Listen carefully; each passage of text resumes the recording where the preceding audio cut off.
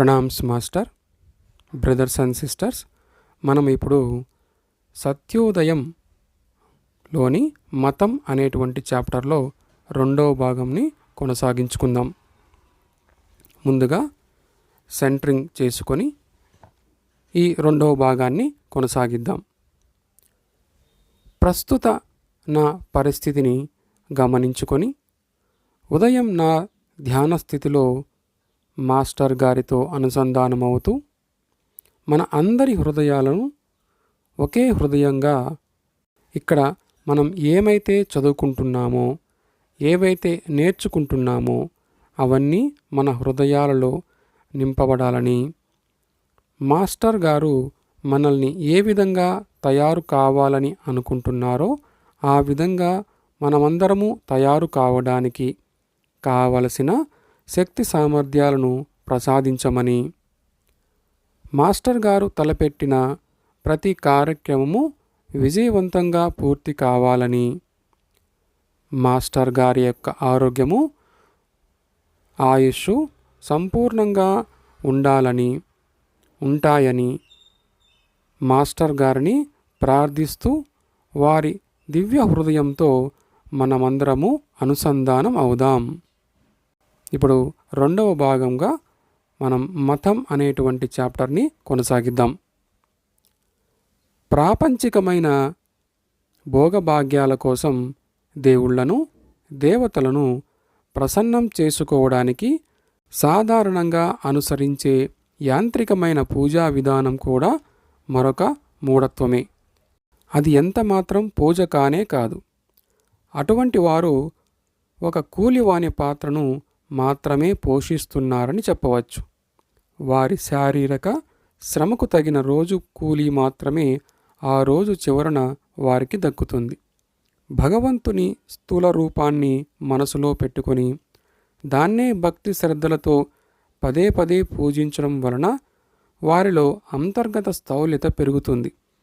అలా చాలా కాలం పాటు చేసినట్లయితే వారిలోని స్థౌల్యత మరింతగా ఘనీభవించి సత్ తత్వాన్ని చేరుకునే మార్గం పూర్తిగా మూసుకుపోతుంది. దాని ఫలితం ఎలా ఉంటుందో ఎవరైనా ఊహించవచ్చు. ప్రారంభంలోనే నిర్గుణ పరబ్రహ్మమును ఆరాధించడం సామాన్య మానవులకు కష్టమని తలచి ప్రాచీన కాలపు ఋషులు వారిని ఉద్ధరించడానికి సులువైన విధానాలను రూపొందించారు. సగటు మానవులకు సులభంగా అర్థమయ్యే స్థూల రూపాన్ని ప్రారంభంలో ఆరాధనకు ప్రవేశపెట్టారు. సులభంగా అర్థం చేసుకోగలిగే విషయాలు వేర్వేరు వ్యక్తులకు వేరువేరుగా ఉంటాయి. అతి తక్కువ స్థాయిలో ఉండే వారి కొరకు బయటకు కనపడే స్థూల రూపాన్ని, అంతకంటే ఉన్నత స్థాయిలో ఉన్న వారి కోసం తేజస్సు, జ్యోతి లేదా ఏదో ఒక దివ్య భావనను ప్రతిపాదించారు. ఉన్నతమైన సంస్కృతిపరులకు భగవంతుడు అనే సూక్ష్మ భావనే సరిపోతుంది. ఆ విధంగా అతి తక్కువ స్థాయిలో ఉన్న వారి కోసమే విగ్రహాలు, చిత్రాలు వంటి స్థూల రూపాన్నేర్పరచి వాటిని కూడా తాత్కాలికంగా మాత్రమే ఆరాధించమని చెప్పారు. వారు కొంత అభివృద్ధిని సాధించిన పిదప స్థూల రూప ఆరాధనను వదిలిపెట్టి సూక్ష్మ రూపాన్ని చేపట్టి తదుపరి దశను ఆరంభించారు. ఇది బాల్యంలో చిన్న పిల్లలతో అక్షరాలు దిద్దించడం వంటిది. కొంత అభ్యాసం తర్వాత తమంతట తాముగా వ్రాయ నేర్చినప్పుడు అక్షరం దిద్దనవసరం లేదు. ఈ విధంగా తొలి దశలో ఉన్న సాధకుల కోసం తాత్కాలికంగా మాత్రమే స్థూల రూప ఆరాధనను సూచించారు. ఆ తరువాత వారు తదుపరి దశకు చేరుకునేవారు. అంతేకాక ఆరాధన కోసం ఉద్దేశించబడిన విగ్రహాలను ఆధ్యాత్మిక శక్తితో నింపేవారు. భక్తితోనూ ఆరాధనా భావంతోనూ ఈ విగ్రహాల దగ్గర కూర్చున్న వారికి దాని నుండి నిరంతరంగా ప్రసారమయ్యే ఆ శక్తి కొంత మేరకు లభించేది. నేడు విగ్రహాలకు ప్రాణప్రతిష్ఠ చేయగల సమర్థులు చాలా అరుదైపోయారు. అయినప్పటికీ ప్రాణప్రతిష్ఠ అనే ప్రక్రియ మాత్రం కేవలం ఒక లాంఛనంగా, తంతుగా ఇంకా కొనసాగుతూనే ఉంది. ఫలితంగా వేల ఏళ్ల క్రితం ఆధ్యాత్మిక శక్తిచే నింపబడిన ప్రదేశాలు, విగ్రహాలు ఈపాటికి దాదాపుగా వాటి ప్రభావాన్నంతా కోల్పోయాయి. పర్యవసానంగా అక్కడ భక్తి, శ్రద్ధలతో ఆరాధన చేసేవారికి ఎటువంటి ప్రయోజనము కనపడటం లేదు. బుద్ధి వికాసంలో అత్యంత క్రింది స్థాయిలో ఉండి ఇంకే విధంగానూ భగవంతుడిని ఆరాధించలేని వారి కోసమే ఈ విధానాలు ప్రవేశపెట్టారనడంలో సందేహం లేదు. ఇలాంటి సాధనను మొండిగా చివరి వరకు కొనసాగించినట్లయితే ఎలాంటి ఆధ్యాత్మిక ప్రయోజనం సిద్ధింపకాకపోగా ఆరాధనలోని అసలు ఉద్దేశమే దెబ్బతింటుంది. ఈ భావననే సంత్ కబీర్ ఈ క్రింది వాక్యాల్లో అందంగా చెప్పారు. పహన్ పూజే హరి మిలే తో పూజియే పహడ్, తాతే యహ్ చక్కీ భలి పీస్ ఖాయి సంసార్. రాయిని పూజించడం వలన పరమాత్మను చేరుకోగలిగినట్లయితే నేను పర్వతాన్నే పూజించడానికి సిద్ధంగా ఉన్నాను. కానీ అంతకంటే ప్రజల ఆకలిని తీర్చే జొన్నలు పిండి చేసి తిరగరాయిని పూజించడమే మేలేమో.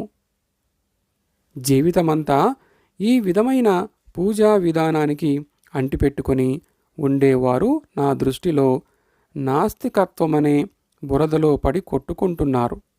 వారిని దాని నుండి పైకి లాగటం చాలా కష్టం. కాలక్రమంలో లోపభూయిష్టమైన ఈ ఆరాధనా విధానాలు వారిలో బాగా లోతుగా పాతుకొని పోవడం వలన ఏ దశలో కూడా వాటి నుండి బయటపడాలనే ఆలోచన కూడా కలగదు. వారు ఉన్న చోటే ఉండిపోతారు. అప్పటికే వారిలో జీర్ణించుకుని ఉన్న ఈ భావాలను వదులుకోవడానికి ఏమాత్రం ఇష్టపడరు. అంతేకాదు, వారు తమ ఆలోచనా శక్తిని ప్రయోగించి వాటిని మరింత శక్తివంతంగానూ స్థౌల్యంగానూ తయారు చేస్తారు. ప్రతి వస్తువు తమ రూపాన్ని పోలిన రూపాన్నే ప్రతిబింబిస్తుంది. వస్తువు సూక్ష్మమైనదైతే దాని ప్రతిబింబం కూడా సూక్ష్మమే అవుతుంది. వస్తువు స్థూలమైనదైతే దాని ప్రతిబింబం కూడా స్థూలమే అవుతుంది. మనం ఒక స్థూలమైన దానిపై దృష్టిని కేంద్రీకరిస్తే మనం కూడా అంతర్గతంగా స్థూలంగానే అయి తీరుతాం. బోధకులు పవిత్ర గ్రంథాల నుండి నేర్చుకున్న వాటినంతా కఠినం, స్థూలం అయిన రీతిలో అజ్ఞానులైన ప్రజలకు బోధించి పెద్ద ఉపద్రవాన్నే సృష్టించారు. ఇది మనసుకు గల విచక్షణా శక్తిని నాశనం చేస్తుంది. ఇటువంటి ఘోర స్థితిని పెంపొందించుకున్నవాడు శాశ్వతంగా పతనమైనట్లే. విశాల దృక్పథాన్ని కోల్పోయి ఆపై పురోగతి చెందే సామర్థ్యం అతనిలో అంతరిస్తుంది. అట్టి వారిని తమ కార్యకలాపాలను చిన్న పరిధికే పరిమితం చేసి అదే తమ సర్వస్వమనుకునే బావిలోని కప్పలతో పోల్చవచ్చు. వారు మూసుకుపోయిన చిన్న గోళంలో గిరగిరా తిరుగుతూ అక్కడే పడి ఉంటారు. జీవితమంతా ఒక్క విషయం గురించే కొట్టుమిట్టాడుతారు. వారు దేవుళ్ళ గురించిన కథలు, దృష్టాంతాలతోనే సంతృప్తి పడతారు. ఎక్కువ కాలం ఈ అలవాటు అలాగే కొనసాగినట్లయితే వారి మెదడులోని జీవకణాలు దెబ్బతిని రోజురోజుకు బలపడే ఆలోచనలతో నిండిపోతాయి. చివరకు నాడీ మండల వ్యవస్థ అంతా దెబ్బతింటుంది. క్రమంగా ఆ బాహ్యాంధకార స్థౌల్యత అంతరంగంలోనికి ప్రవేశించి తన పనిని పూర్తి చేస్తుంది. వారు అప్పుడు అటు అంతరంగంలోనూ ఇటు బాహ్యరంగంలోనూ దివ్యజ్యోతి చొరబడని విధంగా తయారవుతారు. వారు అంతరాత్మను చేరుకునే మార్గమంతా పూర్తిగా మూసుకొని పోతుంది. ఇటువంటి వారిని సజీవ పాషాణాలని నేనంటాను. ఆ విధంగా వారు పెంచుకున్న ఈ పొరలు ఘనీభవించి ఉన్నతమైనది, సూక్ష్మమైనది అయిన దేనిని దగ్గరకు రానియకుండా వారిని దూరంగా ఉంచుతాయి. వారు దాని ప్రభావాలకు దాదాపుగా మంత్రముగ్ధులై దానిని ఒక ఆధ్యాత్మిక దశగా భావిస్తారు. కానీ నిజానికి వారు ఆ స్థితికి చాలా దూరంగా ఉంటారు. అటువంటి సాధన పద్ధతులను అనుసరించిన కారణంగా ఈ స్థౌల్యత ఒక గట్టి పొరగా ఏర్పడటం ఆధ్యాత్మిక సాధన కోసం నా వద్దకు వచ్చే వారి హృదయాలలో చూశాను. దానిని బద్దలు కొట్టడం చాలా కష్టమని, ప్రయాసతో కూడిన పని అని నా స్వ అనుభవం నాకు తెలియజేసింది. ఆత్మను కట్టిపడేసిన ఈ బంధాల నుండి విముక్తి పొందాలంటే ఇటువంటి నిరర్థక పూజా విధానాల ఫలితంగా మనస్సుపై ఏర్పడిన కరుడుగట్టిన స్థౌల్యపు పొరలను పూర్తిగా తొలగించుకోవాలి. తాము ఆరాధించే ఇష్టదైవాన్నో దేవతనో పొగుడుతూ బృందగానం చేయడమే మరొక గొప్ప ఆరాధనా పద్ధతి అని కొందరు భావించడం పరిపాటి. జనులు గుంపులు గుంపులుగా చేరి రాత్రి బాగా పొద్దుపోయాక ప్రశాంతత వాతావరణాన్ని భంగపరుస్తూ తారాస్థాయిలో భజనలు చేస్తుంటారు. ఆ విధంగా వారు పవిత్రమైన దివ్యనామాన్ని వీలైనంత మందికి వినిపించే ఒక పవిత్ర ధర్మాన్ని నిర్వర్తిస్తున్నామని భావిస్తారు. అంతేకాదు, వారు ఈ పనికి ఒక్కొక్కసారి మైక్రోఫోన్లను కూడా వినియోగిస్తారు. దానివలన రోజంతా కష్టించిన అలుపు నుండి, అనారోగ్యం నుండి ఉపశమనం అవసరమైన వారికి ఎంత అసౌకర్యాన్ని, ఇబ్బందిని కలిగిస్తున్నామనేది ఏమాత్రం పట్టించుకోరు. రాత్రి ప్రశాంతత సమయంలో భగవద్ధ్యానం చేసుకునే వారికి కూడా ఇది తీవ్రమైన ఇబ్బందిని కలుగజేస్తుంది. అంతేకాక సాధారణంగా నేడు వారు అనుసరిస్తున్న ఈ పద్ధతి ఆధ్యాత్మిక ప్రగతికి పెద్దగా ఉపయోగపడదు కూడా. దాని ఫలితంగా మనకేమంత ప్రయోజనం చేకూరదు. సంకీర్తనాపరుల ఈ సంకీర్తనలను ఒక రోగి మూలుగుతో పోల్చవచ్చు. ఆ మూలుగులు రోగికి తాత్కాలిక ఉపశమనం కలిగించడం తప్ప బాధల నుండి ఉపశమనం మాత్రం లభించదు.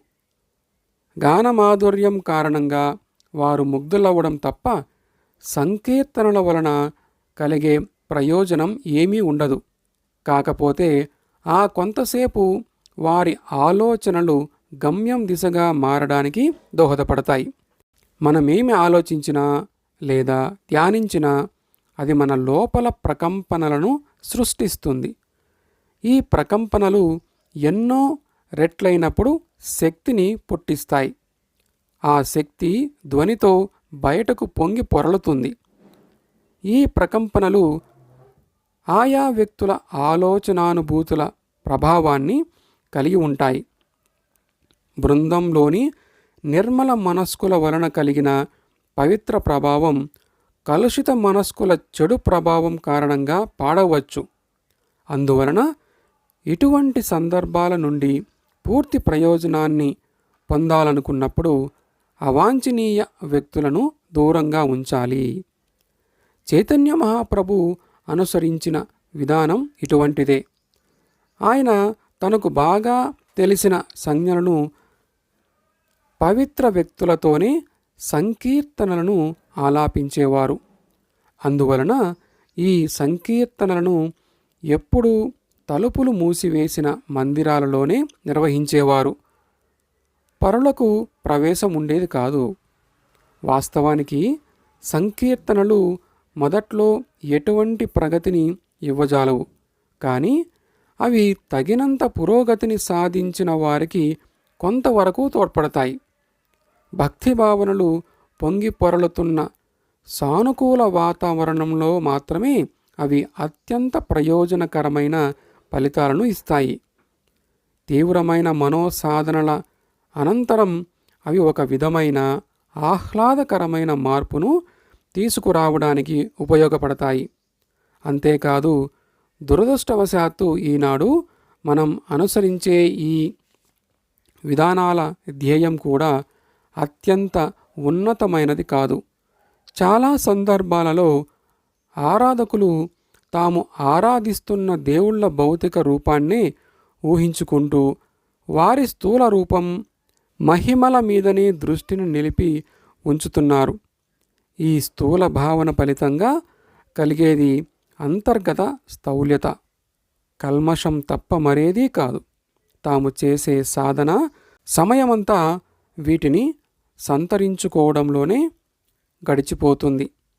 స్థూల భావన వలన వీళ్ళు పరిమితులలోనే ఉండిపోవడం తప్పనిసరి.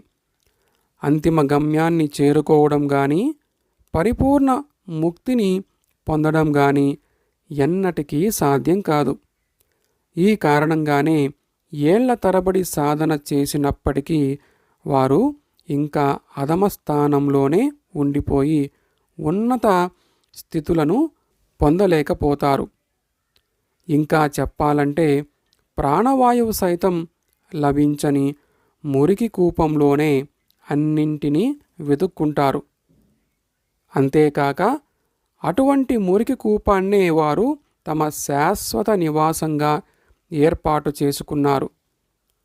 ముత్యాలు తయారవడానికి తగినంత కాంతి అవసరం. బంధాల నుండి సంపూర్ణ విముక్తిని సాధించాలంటే ఆ దివ్య గుణాలకు అతి దగ్గరగా ఉంటూ ఆయనతో సంపూర్ణ సారూప్యాన్ని పొందేలా అత్యంత తేలికగాను సూక్ష్మతరంగాను తయారు కావడానికి కృషి చేయాలి. అందుకు కావలసిన ఉన్నత ప్రయాణాన్ని చేరుకోగలిగిన వారికే, కేవలం అట్టివారికే ఆ యథార్థ జీవనామృతం లభిస్తుంది. ధన్యవాదాలు.